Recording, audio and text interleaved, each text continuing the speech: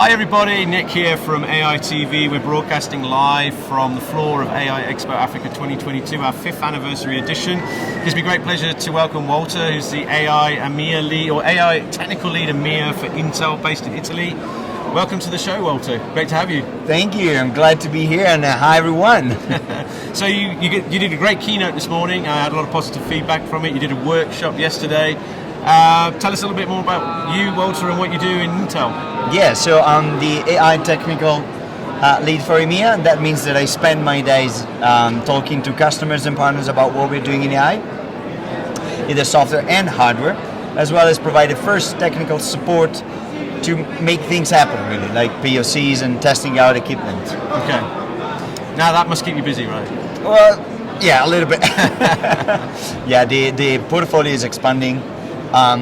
We currently have the widest portfolio of solutions for AI, and if you consider that since 2017, end of 2017, Intel doesn't define itself anymore as a CPU-centric company.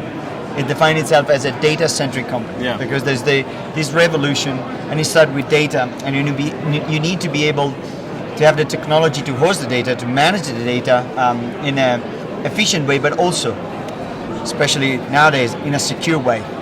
And that leads to the data analytics part, and then it can grow up to the training models and then deploying models to inference. So it's a big landscape, and Intel is just there to provide all the bits and pieces that people might need over their journey.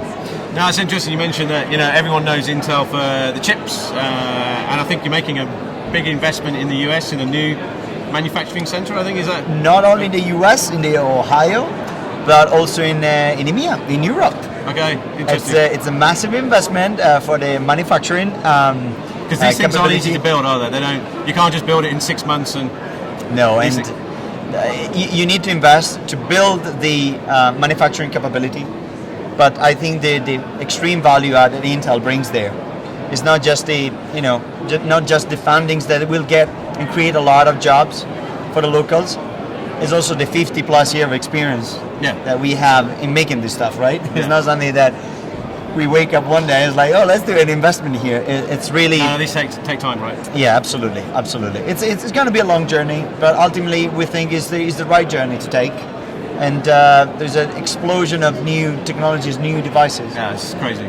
So you've gone chips to data and new devices. So let's talk about the African context. So you're here. You've been a long-term supporter of the event, which we're very grateful for. So what's the current trends? What are you seeing here in Africa, on the African continent? So first off, I'm super happy to be here, and it's always a pleasure to support this event. I'm a huge fan of your country. But in terms of innovation, what I really like is that South Africa, alongside with Europe and if you name it, also US, are probably the first 3 pioneers introducing regulations for data. In South Africa, we have the POPI Act. That's right. And that is absolutely critical. I'm a huge fan of this type of activities. I think it's needed. And the amazing aspect of this type of regulations is that they are redefining the priorities. People think that AI is a superstar. I think there is a new star that is shining more brightly, which is the data. And the importance that the data brings to the table. In terms of real knowledge, it's not bits, it's the actual knowledge. It's like you have in books, but if you don't read them, no value. So it's what you get out of the books, and so what do you get out of the data. And appreciating this, in my opinion, should need to come first than appreciating the technology itself. And I think South Africa is absolutely well positioned, because I've heard a lot of talks about data regulations, about protecting the privacy, but at the same time unlocking that knowledge that the data can bring to the table for the good of multiple entities and the good of humanity. And I think South Africa and Digitize Africa is the project itself is actually moving towards... That's an Intel project, right? Yes, absolutely. Is actually working towards that direction. How we can help each other out. And this morning I talked about federated learning, and I think that's the actual answer. Yeah. No, I mean, we're a big fan of learning. We run 4 workshops at this event for 200 people each.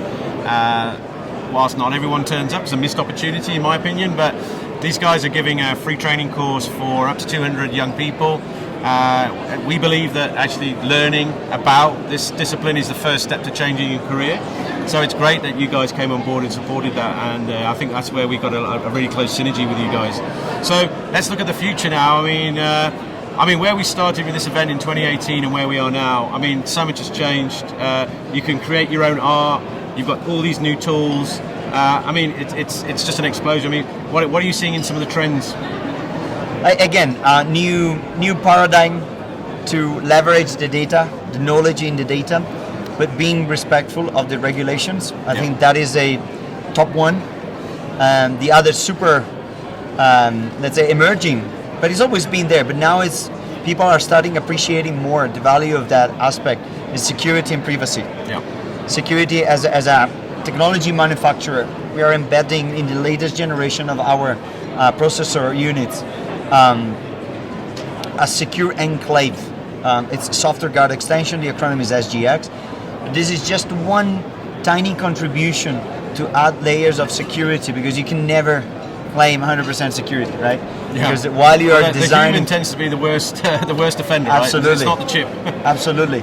So while you're investing energies in designing the latest and greatest secure technology, there is somebody else in another part of the planet designing actually the latest and greatest way to break through exactly. that. So it's an evolution, but those are the main top two priorities, and ultimately the ability to support multiple workloads. So we keep evolving our superstar, which is the Xeon.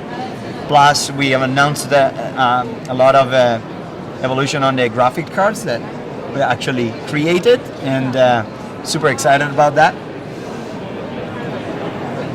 Yeah. Exciting time ahead. Yeah, I mean, I was just going to add to that. I mean, back when we started, I was doing the research for this event in 2017, broadly with an African context, but people are still talking about the AI winter. There could be a third AI winter. It might not take off. We're beyond that now, aren't we? And the big issues now are, okay, the technology's here. How do we regulate it? How do we protect privacy? How do we make it secure? How do we make it fair? So I think these are the hot topics. It's great to hear a big vendor like Intel taking it seriously like that. Yeah, and I think there is another super credits that needs to be recognized to this event, to AI Expo Africa, and also to the South African country itself. Looking about the history, how this event grown up over the years, what I really loved, and that was why I was excited and honored to be here and deliver that workshop, is the educational bit. There's never enough education, never enough, especially on this subject, because AI is such a pervasive technology that when we leave our badges at the end of the office hours, we walk home, we still find AI somehow. Yeah. It's going to change our life. Exactly. It's going to change our life. So increasing awareness and being a little bit more educated about how the whole thing works, I think is going to be critical. Not directly as a professional, I take that for granted, but as a human adopting this technology. So and I think big kudos to AI Expo Africa, because the element of education of this conference over the years has always been there. And again, yesterday 3 hours workshop to this open attendees, right? I enjoy doing that. I believe in the value that they can bring to the table, and that's beyond any business conversation. Yeah, well, it's great that we always have support from Intel. They've been a long-term partner of ours, and I think to leave it on that education note, education is the future, particularly for people on the African continent. Take a risk, turn up to an event like this, grab that free ticket, come and join a free workshop by Intel, and hopefully change your career. So we're going to sign off from AI TV here at AI Expo Africa 2022. We'll see you next year. Absolutely.